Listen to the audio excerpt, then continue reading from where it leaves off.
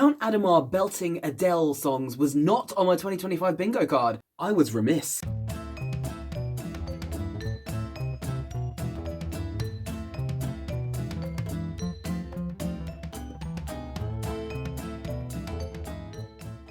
Welcome back to Monday Madness, the Monday show where I talk about anything and everything, and today we are doing yet another theatre review because this year has been a year of theatre. I've managed to go and see some wonderful things. I've managed to snag some very cheap tickets for some very amazing shows. Last time we were talking about Dracula, Comedy of Terrors, and today we are talking about the spectacular, the phenomenon, the musical we didn't know we needed, but by God did we do. Hint, hint, this is a very good glowing review.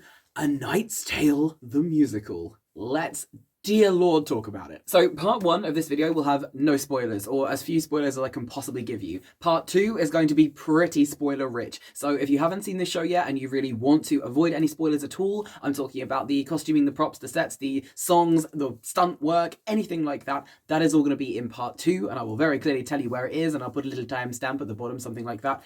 If you are happy to listen to the whole thing, listen to the whole thing. If not, just listen to part 1 and then come back when you have seen the show. And if you don't care about spoilers, then watch the whole thing. Excellent. All right, so let's get into part 1, the spoiler-free section, and talk about A Knight's Tale, the musical. I'm now going to read to you from the programme of the wonderful list of people who were involved in making this show happen. So, of course, we have got Brona C. Titley, who is the writer. We've got Rachel Cavano, I've tried to pronounce this all afternoon, I'm still not sure, is the director. Matt Cole, easier to say that one, Matt Cole, who is the choreographer. Simon Hale, who is the orchestrator, arranger, composer of additional music, and musical supervisor. Good God, Simon, have a break. Tom Rogers, who is the set designer, phenomenal job. All of them did a phenomenal job. Gabriella Slade, who is the costume designer as a cosplayer. Mwah, I am paying special attention to you. Howard Hudson, who is the lighting designer. Matt Peplow, who is the sound designer. And Alan Berry, who is the musical director. I cannot say that word anymore without immediately going into Peter Pan Goes Wrong, but that's on my other channel, so back to this one. So I wrote a lot down for this, so I hope you forgive me for reading off because I wanted to make sure I got it all in there. So to sum up A Knight's Tale, the musical, with no spoilers whatsoever, here is what I said. High energy, emotional, powerful, and creative. Every inch of the stage and each performer has been thought about and decorated and costumed. Each prop, each set piece, each costume down to the footwear, everything is colourful and themed. Modern, medieval, and fantasy all rolled into a sumptuous show, pulling you in with absolute glee. No spoilers.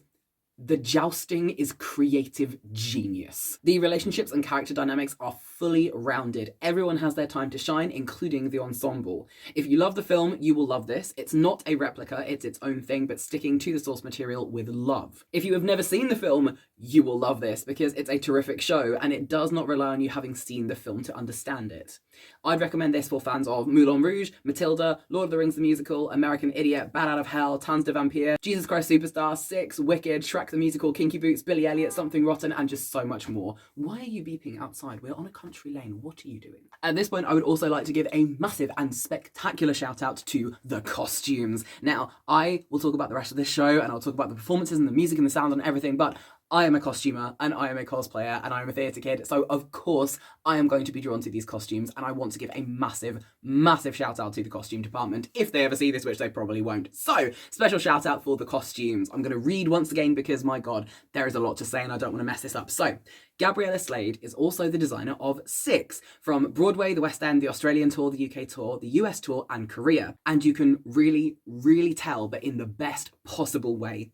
It's medieval crashed with modern twists, standing out and striking. The colours are bold and dramatic, very theatre. The shoulders and detailing is very reminiscent of the work in Six, especially seen in Jocelyn's costumes, and the ensemble as well. While I loved every single costume in the show, from peasant to bishop, princess to knight to prince to count, every single one, I have to say my absolute favourites were worn by Adhemar, the ensemble, and Chaucer when he did wear clothes. I'm going to get into those in just a little bit more detail now so I can talk about my absolute favourites. We're going to start with Adhemar.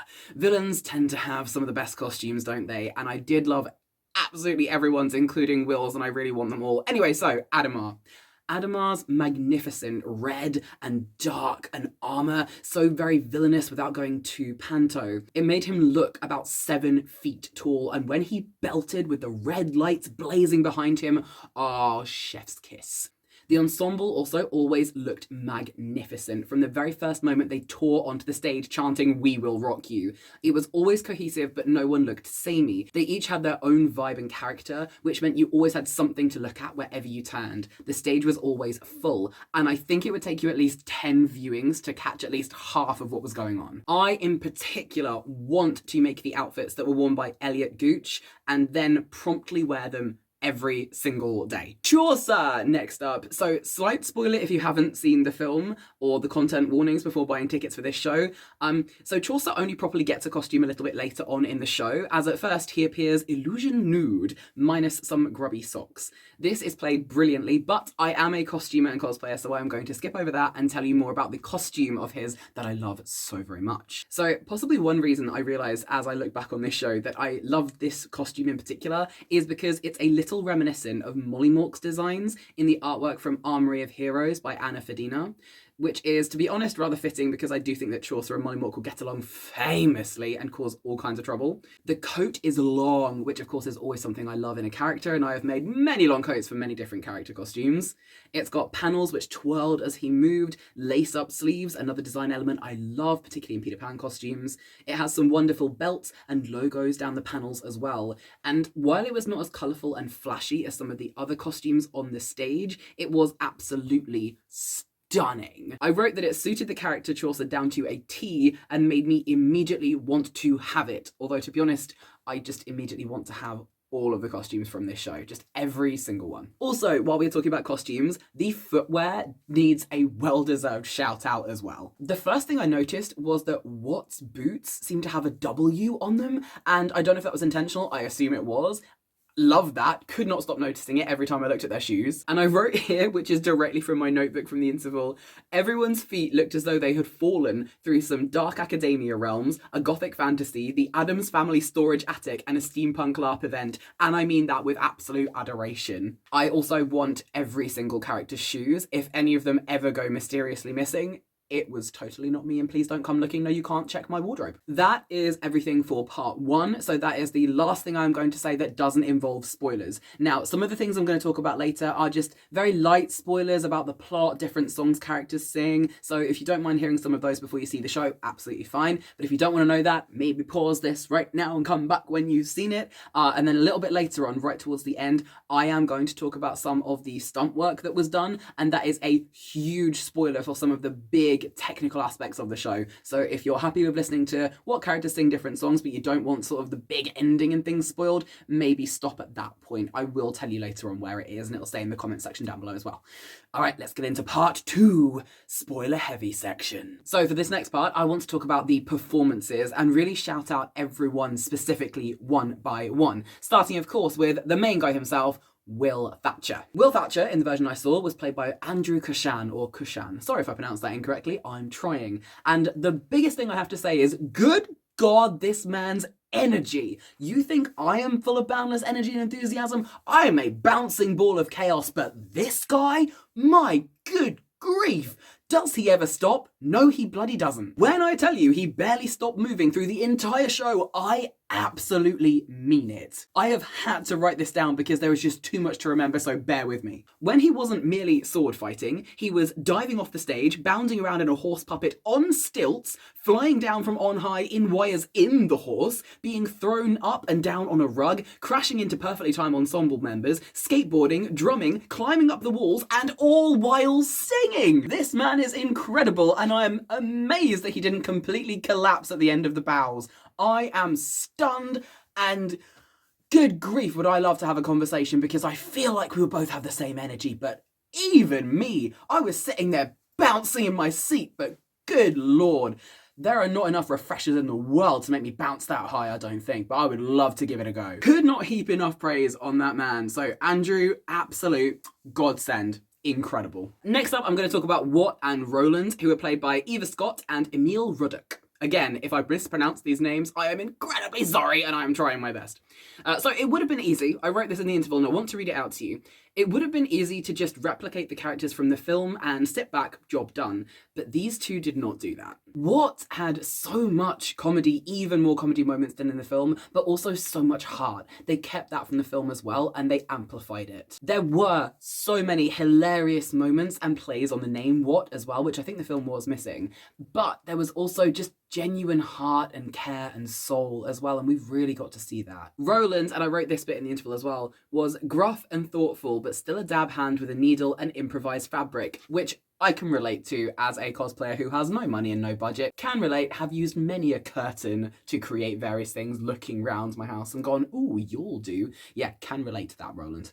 And of course, he was also warm-hearted, brotherly, and had a fatherly commitment too, as well, particularly to Will. The two of these played off each other and Will absolutely wonderfully, and I wrote that they gave a real sense of kinship between the trio. Next up, I want to talk about Kate, played by Emily Benjamin, which is a fabulous name, by the way. So, firstly, the lungs are incredible. Spoilers, again, because we're in the spoiler section. Kate opens Act 2 rising up on a platform surrounded by dancers and fire, because blacksmith, singing I'm Every Woman. It's a belter, and good grief, just the lungs on this woman. Wow. In terms of the character, her attitude was there right from the start, and they dialed it up a bit from the movie as well. They'd taken a lot of her witty and sassy moments and just amplified those more, which I really enjoyed. She was very expressive with it, but we also did get to see her soften a little, particularly towards the main trio as the story unfolded. And again, big spoiler alert, the dynamic / relationship building between Kate and Watt was very well done, and it was a very well-deserved payoff at the end. It didn't seem to come out of nowhere. We saw it happening, and it was very, very sweet to witness. Next up, Chaucer, played by Max Bennett, and good grief. I feel like I'm going to say good grief a lot, and well, Max deserves it because wow.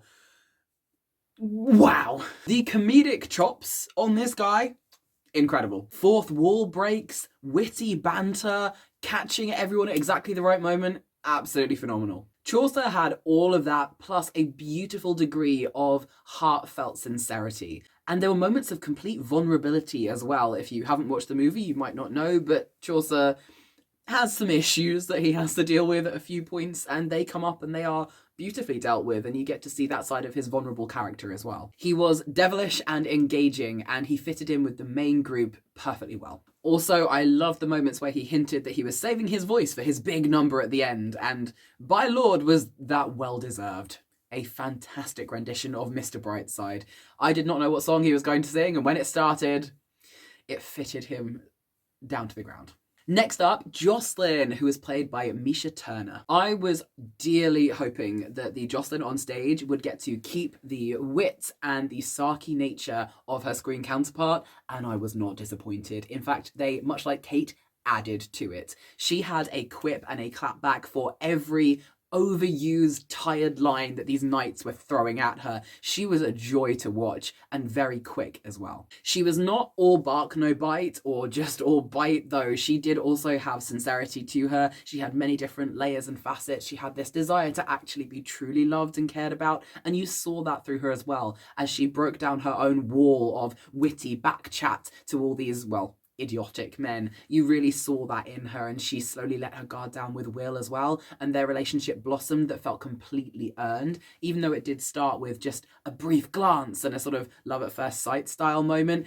That was mostly for Will. She was certainly not having it. She certainly liked the look of him, but much like in the film, we did get to see her challenge him, which was hugely brilliant to witness. Also, her voice, as with all of the others, was bloody amazing, and I in particular enjoyed her banter with Count Adhemar. Speaking of Count Adhemar, let's discuss him. So our Adhemar was played by Oliver Tompsett, and it was spectacular. This man looked like he was having the time of his life, absolutely chewing the scenery, but not in a melodramatic way, in a absolutely perfect villain way. It reminded me a lot of watching Antonio Banderas in the Journey to Bethlehem movie, and it was just fabulous. Also, yet another stunning voice. The vocal performances from everyone in this were amazing. Adhemar in particular, I always remember. I could not have guessed what his song was going to be. And I was talking about it before the show started. We were trying to work out, he has such a great theme tune in the movie, which we'd watched the night before, that really dark, brooding song. We were thinking, what on earth could he sing? And then he comes out, the microphone descends from the heavens, and he bursts into I Am the One and Only. And it couldn't have suited him better, to be honest. It is very easy for villains, and I talk about this a lot on the Peter Pan Lore channel with Captain Hook in particular. It's very easy for villains to simply fall into comedy and farce, to not be taken very seriously, to be played for laughs and stupid. And while there were elements of that to this Adhemar, you also felt that he was dangerous. He was a huge, imposing presence on the stage, not just because of the brilliant costuming that genuinely did make him feel like he was 7 feet tall, but the way that he was portrayed. Oliver was absolutely incredible and towed that line between slightly villainous panto-esque without going too panto and absolutely this man is lethal, do not cross him. He had some fantastic banter, not just with Jocelyn but with Will as well. There were some beautiful comedy moments, but also that dark, sinister stuff as well, particularly when Will was in prison and he came in to do the you have been weighed, you have been measured moment. That was absolutely just bone chilling. And massive spoiler for the end of the show now, so skip forward about 10 seconds if you don't want to hear it. 3, 2, 1. In particular, the moment right at the end when he gets unseated from his horse and he goes flying backwards in slow motion down to the stage floor. That was absolutely incredible. By Dionysus, that was simply spectacular. This man, Oliver, has to do a lot in this show. He's on the stilts just like the other people, doing the knights and stuff, doing the jousting, doing the fighting, singing, acrobatics going through the air, so very much, and he does it all so bloody well. Adhemar, you utter legend. Next up is Father and the Bishop, both played by Giles Taylor. So the father is, of course, Will's father, Mr. Thatcher, Will Thatcher's father, and the Bishop was another role that this member of the ensemble played. Giles was brilliant. I could always spot Giles on the stage as well because of that beautiful silver mane of hair. And let's just talk about the father for a minute. Again, let me read to you something I wrote in the interval. So I wrote, let me just say, William's father was a beautiful role and nearly had me in tears. What a positive and passionate performance from Giles. Encouraging, steadfast and emotive, just beautiful work. And his duet with his grown son returned home to follow his feet. Oh, good gravy, I'm a mess. Stunning. That's a lie, I didn't write this at the interval. I wrote this when I was coming out of the theatre at the end. Sorry.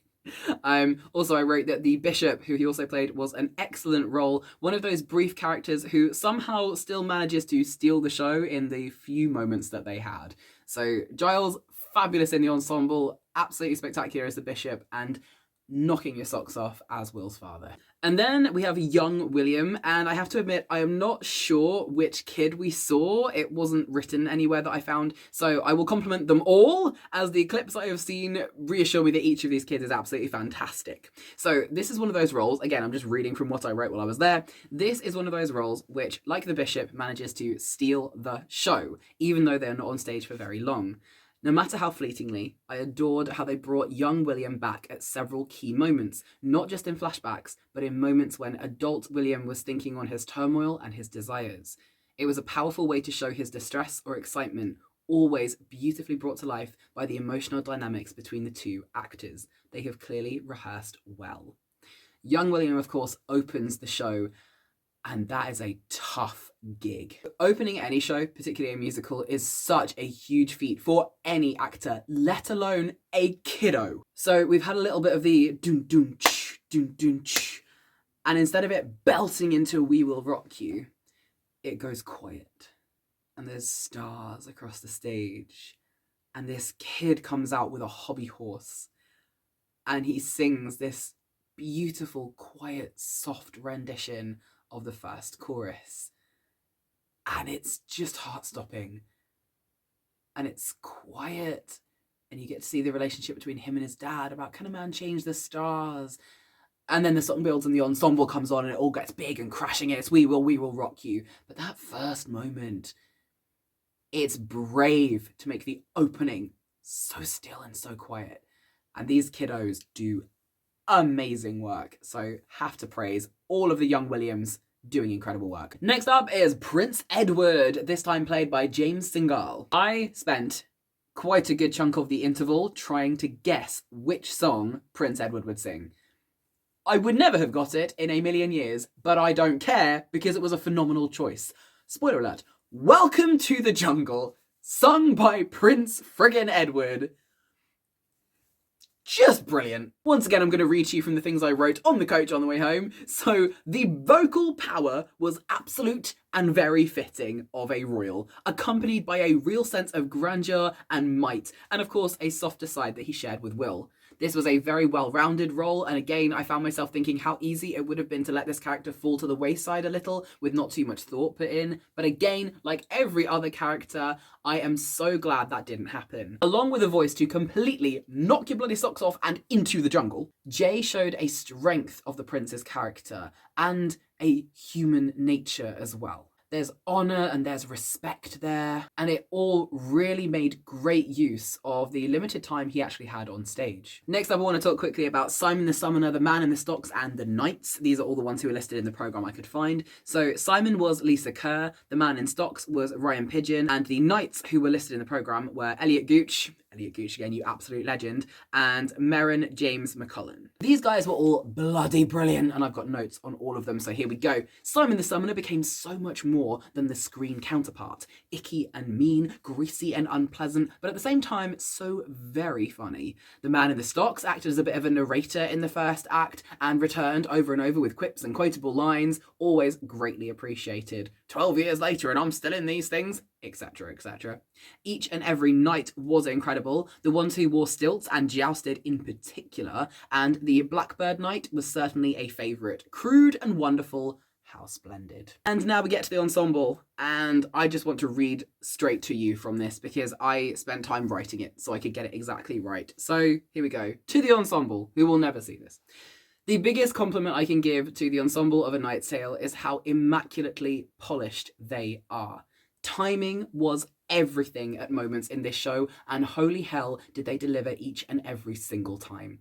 If a single thing went wrong, it did not show, because every second seemed choreographed and memorized. They flowed seamlessly, shining especially bright when they were interrupting Will in the market scene for I'm Gonna Be /500 Miles, in which they are moving constantly, avoiding Jocelyn and being bumped into by Will in a delicate dance of movements, crashing, dropping things, throwing and catching, and then holding a rug for Will to be thrown back onto and bounced up and down on. Another scene that stuck out was during Take On Me, where Will is fighting in the sword arena, and at one point Andrew, Will, is singing out directly to the audience while swinging his sword and elbowing in the air, and behind him a queue of people playing his opponents are in time with every single movement being blasted in the face by an elbow, hitting with a sword, catching, bang, bang, bang, every single time, every single movement was perfect, and it gave the impression, which was obviously what they were going for, of Will just defeating opponent after opponent after opponent. It was perfectly timed. Also, the bouncy drumming number to finish Act 1, I'm a Survivor, not long after dancing at the banquet, and all of them hammering those drums with so much boundless energy. Bloody hell. All absolutely fabulous. And I put here as well, I also loved how the ensemble were used to transition from scene to scene, sometimes running across the stage, cheering for a fight, sometimes bringing on the set pieces, often with other members of the main five as well. It meant there was never a pause, there was no lingering halts between scenes, keeping momentum always. And that was all the ensemble's doing. Next up, I'm going to talk about songs and vibes of the show, and I'm just going to very quickly read you out the playlist, which I've managed to find on Spotify, because unfortunately we don't have a cast recording yet, and Matt, Spaz and Brian could not keep track of all the songs. I tried so hard, but there was always one that I would forget. So, we have We Will Rock You by Queen. Do you want me to tell you who sings each one, or shall I leave it as a surprise? Well, We Will Rock You by Queen is pretty much the ensemble. Everybody sings this one at the beginning of the show. Then we have Let Me Entertain You by Robbie Williams. And then we have a song that I didn't know was called this, because I thought it was called something completely different. It's called Tub Thumping. And then we have the Proclaimers, I'm Gonna Be /500 Miles. I Wanna Dance With Somebody, Take On Me by Aha. The one and only Holding Out for a Hero, Bonnie Tyler, as most of us will know from Shrek. I'm So Excited by the Pointer Sisters. David Bowie, Golden Years. Livin' La Vida Loca by Ricky Martin. Survivor by Destiny's Child. I'm Every Woman. Sweet Dreams Are Made of These. Heaven Is a Place on Earth. Don't Speak by No Doubt. Reach by S Club 7. Kiss from a Rose. The Boys Are Back in Town. You Are My Best Friend. Rolling in the Deep by Adele. Wanted Dead or Alive. Welcome to the Jungle. And finishing with Mr. Brightside by The Killers. I will admit, I am not always completely sure how I feel about jukebox musicals. I never write them off, but there is always something in me that would much rather hear original songs and learn the lyrics and get into them and learn these new tunes and things like this, but I don't write them off and I still appreciate jukebox musicals. And that all being said, every song in this show was very well chosen. I am particularly glad that they included 3 of the most prominent songs from the movie in this. They had, of course, We Will Rock You by Queen, they had Golden Years by David Bowie, and they had The Boys Are Back in Town by Thin Lizzy. With Golden Years, I was actually really pleased that they didn't use all of it. They used a little section at the beginning of the banquet, but then they went in instead, completely unexpectedly, to Livin' La Vida Loca, which very much fits Jocelyn when you think of the lines like, she'll make you live her crazy life and go dancing in the rain, but she'll take away your pain like a bullet to the brain. Yeah, that is very reminiscent of how Will feels about her, particularly in the moments where she's saying, you've got to lose, and he's, I love you and I hate you, that kind of thing. So I think those vibes fitted very, very well. I am glad that they included Golden Years, but I am quite glad that they used it as a sort of a testament to the film, and then they moved on to do a different thing and they made the banquet their own rather than just repeating the movie scene. So none of the song choices felt out of place at all, I didn't think. They fitted, they flowed with the dialogue and the tone and the movement of the scene, and even the comedy ones still fitted really well, slotting into place, the comedy moments that led into songs. And plus, the biggest thing for me is that everything, in particular the songs, were performed with sincerity, and that's what really sold it. I think that everyone was taking their roles seriously, having fun with them, absolutely. There was comedy and silly moments and light-hearted banter and quips with the audience, but they were taking it seriously. Not so seriously that you couldn't find it funny. They were doing that wonderful thing where you take yourself and the show seriously and you perform it and you are playing your character and the emotions are real, but you're not taking it too seriously. So you've got that lightheartedness, and they really, really captured all of that. It was the perfect treading of that line. I would say this in particular is for the character of William, because launching into a rendition of Destiny's Child and making it sound like a sincere emotional breakdown you are having, that is a difficult ask, and by God did they manage it. I'm going to read you another thing I wrote during the interval, which was about the ending of Act 1. So I talk about singing Destiny's Child and how it's difficult, and I said, Andrew, this is Will, was serious as the moment required. William was in turmoil and it showed. Never once did he slip. Then the other characters joined in true Act 1 closing number fashion. They were all coming in and saying their lines. I believed them all too as they joined in with the song, and it built and built and built. The ensemble came in clutch as always, I bet, with dancing and drumming. They had some reprises of the earlier songs as well, as William keeps on going with the I'm a survivor, I will keep surviving. And the whole show is like that. All the emotions are raw and real, and even the comedy moments don't detract from that. It's taken seriously and performed so well with such sincerity. You are in it all the way to the end. I think my favourite of the song choices is probably going to be The Proclaimers. I keep wanting to call it I Would Walk 500 Miles, but it's actually called I'm Gonna Be, but you all know what I mean. The Proclaimers, I Would Walk 500 Miles. I think that is my favourite choice. Slowing it down and turning The Proclaimers into a romantic ballad for when these two first lock eyes with each other. I don't know how it worked, and it was just so beautiful. And you had Will, who climbed up the side of the stage and he's hanging off the edge and he's singing, and when I haver, I know I'm gonna be, and I'm going, yes, you will. And it's just, you will, because you're Will. It was so lovely. So The Proclaimers being a romantic ballad, little did I know. And it was just stunning. And now I'm going to read again because I wrote this out specifically so that I didn't miss anything. So this is a specific shout out to the truly spectacular effects, sets, and props. The tech crew was so on point, it was scary. Of course, professional shows should be and well are rehearsed, but this was on another level. When I saw Dracula, A Comedy of Terrors, I talked about how perfectly timed everything was, every sound effect, every lighting cue. Well, the same is true here, but times it by about 1,000, because the stage was so much bigger, the show so much longer, and the cast so much bigger. There were so many moments which needed to be exact. So many hits with a sword or a lance or a fist or an elbow. So many sword clashes and other sounds that just had to happen on time. And there were so many lighting changes, matching not just the mood, but the beat as well. Good grief, this Backstage team was working overtime and they deserve so much praise. There was some wonderful attention to detail, not just in the props and the sets, but in the effects too. The smoke pooling across the stage when the horses were preparing to canter as they were going across the stage to do the jousting, that was very effective. The way that they handled the jousting, while we're talking about jousting, was revolutionary, and I'm still blown away by it now thinking about it. A truly brilliant piece of invention, I wrote here. Bouncy stilts like those used in the Lord of the Rings musical, and horse-sized puppets, giving the actors full control over where they moved without being obliged to other performers moving the puppet or being inside it. I would kill to go backstage and look at half of this stuff. Any of this stuff, the costumes, the sets, everything. One thing, mind would be blown. This tiny costumer would have their fishy little mind blown. It all looks so well thought out, so stunning, so sumptuous. I cannot stop thinking about it. I also loved how lances were incorporated into so much of the set and the props. They were used as the edges of signposts, of poles and lampposts for seating and so much. It tied everything together without sticking out. A truly inspired piece of design there. The shields and swords around the edges of the stage too were absolutely gorgeous. Each one was individual, and it really drew your eye and cemented you to what show you were watching. I was also struck by how many sets and props they were.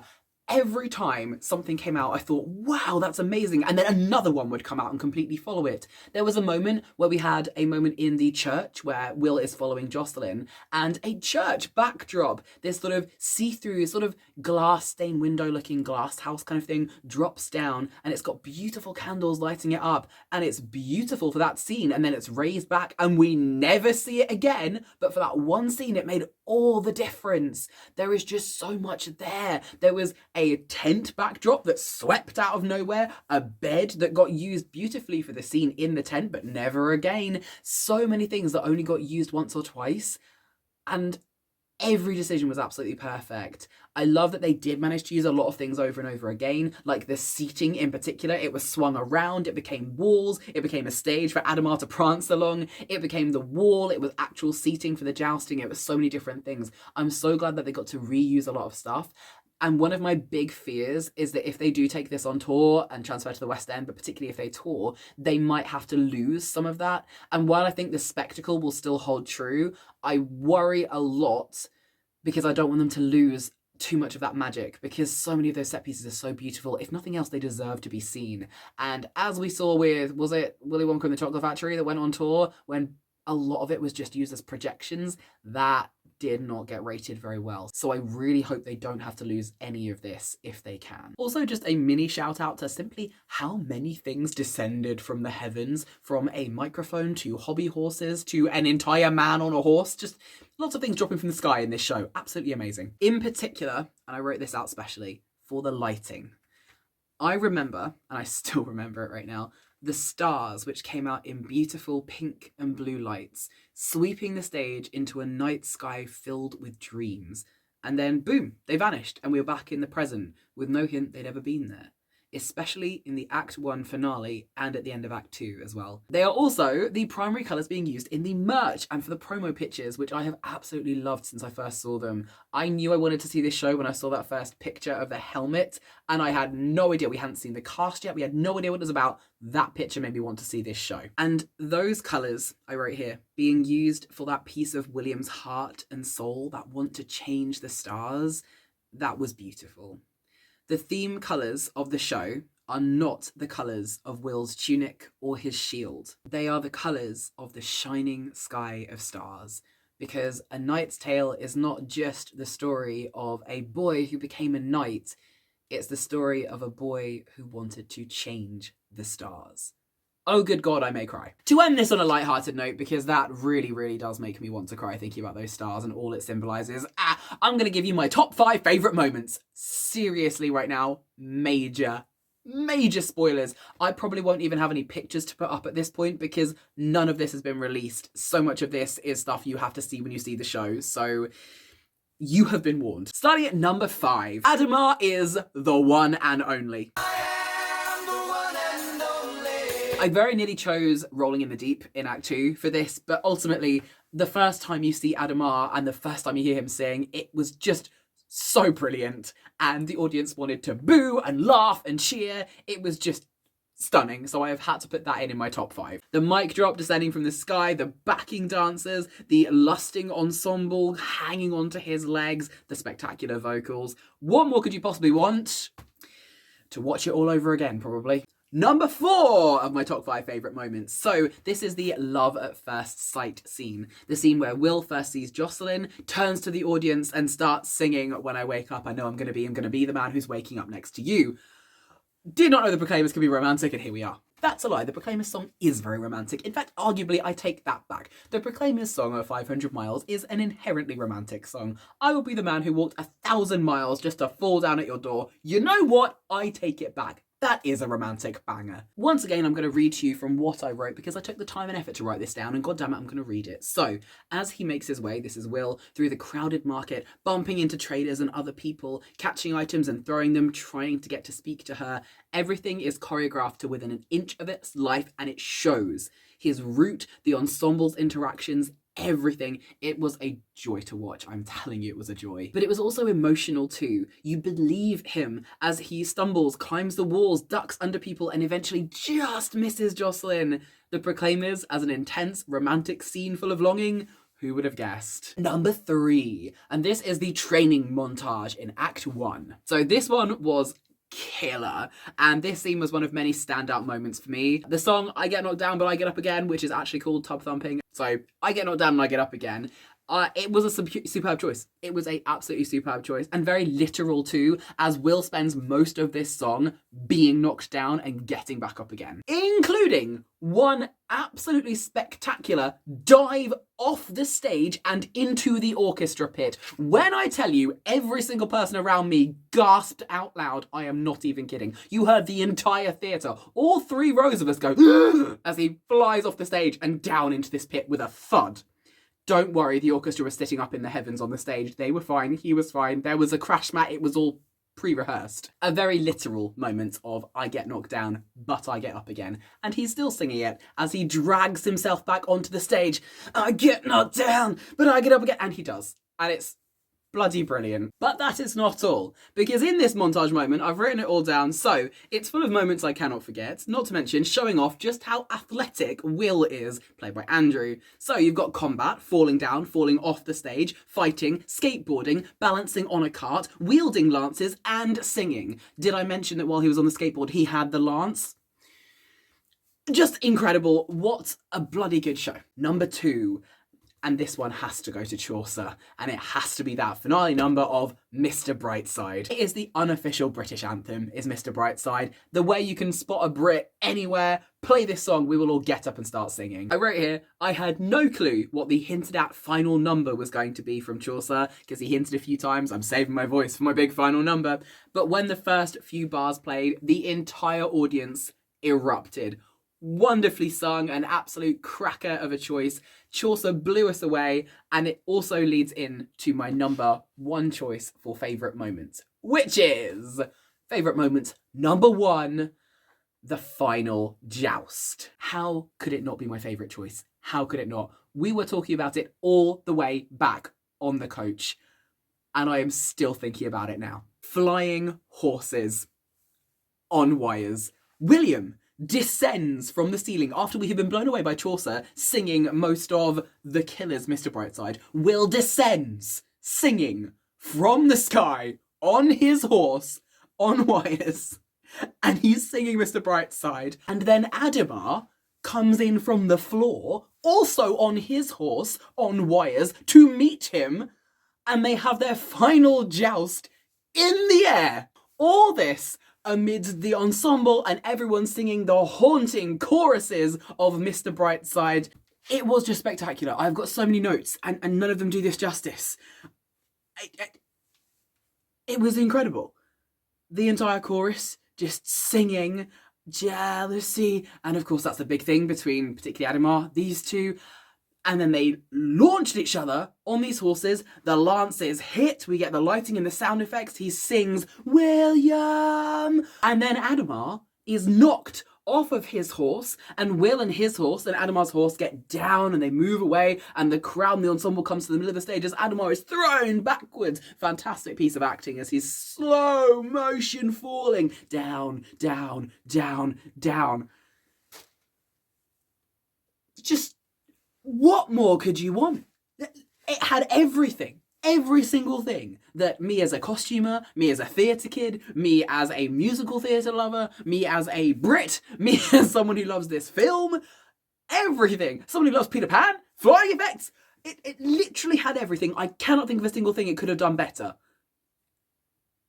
And it's such a shame that there are no pictures or footage of this moment to show you all, because it was just phenomenal. All right, I have to finish this video now then, because I could talk about this for far too long. So, to wrap up, to sum up, A Knight's Tale, the musical, is deserving of only the highest of praise. The energy, the commitment, the dynamics, the work, the relationships between everyone on the stage. It is so wonderful. Everyone who has worked on this, the sets, the costumes, the lighting, the sound, everything, the musicians, everyone is incredible. The tech crew, the backstage crew, every single person, everything is absolutely stunning. It deserves to go to the West End, and we need a pro shot as soon as possible. Not just so that as many people as possible can see and bear witness to this show, but also so that we have it documented for years to come, decades to come. We need this show to be recorded. And now, if you will, I will read you the last thing that I scribbled while I was on the coach on the way home about this show. For 13 silver pieces, spectacular stunts, phenomenal ensemble, incredible backstage crew, gorgeous set and costume designs, fabulous performers, and a whole lot of heart, can you change the stars? Yes. Absolutely, you can. Thank you for watching this week's episode of Monday Madness. If you enjoyed it, then let me know in the comments down below. If you didn't enjoy it, let me know in the comments down below, I guess. Don't forget to like and subscribe and all those wonderful things. If you're not following me over on my TikTok content, please do so. If you want to follow me on my Peter Pan lore account as well, where I also talk about costumes, but it's all very specifically Peter Pan stuff, go follow me on there as well. And also, while I've still got you here, welcome to the end of this video. I'm going to give you a fun fact about me. Fun fact, I was trying to decide which t-shirt I wanted from this show, because I, foolishly, was under the impression that there were two to choose from, at least two. And I had spotted one that I really wanted because it had a quote on it that I absolutely loved. And I caught it in the back of someone's video where they were taking pictures of the merch stand. And it had the quote, which was, "It's called a lance. Hello." And that's one of my favourite quotes from the film. I say it quite a lot with a lot of my friends and my siblings, and I really wanted that t-shirt. But the problem was I also really loved this design, and I loved the logo, and I really wanted to have that logo, but I thought, no, that quote is so much funnier. So when we got to the theatre, I went straight for the merch stand, and thank God I did, because by the time I got to the front, there was a massive queue behind me. I was thinking, I'm gonna have to pick that t-shirt. But it turns out I was a fool and didn't research properly, because there is only one t-shirt available at A Knight's Tale, because it has this on the front and it has the quote about the lance on the back. So I got both. And when I tell you, this was well worth the money. I think it was £25. Now, I saved so that I could buy merch from this show because I really wanted a pin, I wanted the program, I wanted the t-shirt, and I saved so I could have it. I am not used to shows giving you merch that has something on the back. That is very unusual for me. I am not used to anything giving you anything on the back. It's more expensive to print, obviously. And for £25, this was so worth it. I thought it was just going to be on the front. I'm so glad I was wrong. So I've got 2 in 1. So this is my exciting piece of news from the weekend. I got a 2-in-1 t-shirt essentially. So it has the quote that I love on the back, and I still get to have the logo as well. So absolutely loving this t-shirt. Little bit obsessed. Will be wearing it until it smells too much, and then I'll be very carefully washing it. All right, thank you for watching this week's episode of Monday Madness. I love you all. Be great to yourselves. I will see you very, very soon. What was the best thing you've ever seen in the theatre? Let me know in the comments down below if you stayed to the end of this video. All right, goodbye. I love you all. Goodbye. Look at it.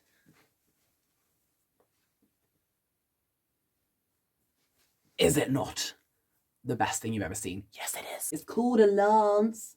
Hello.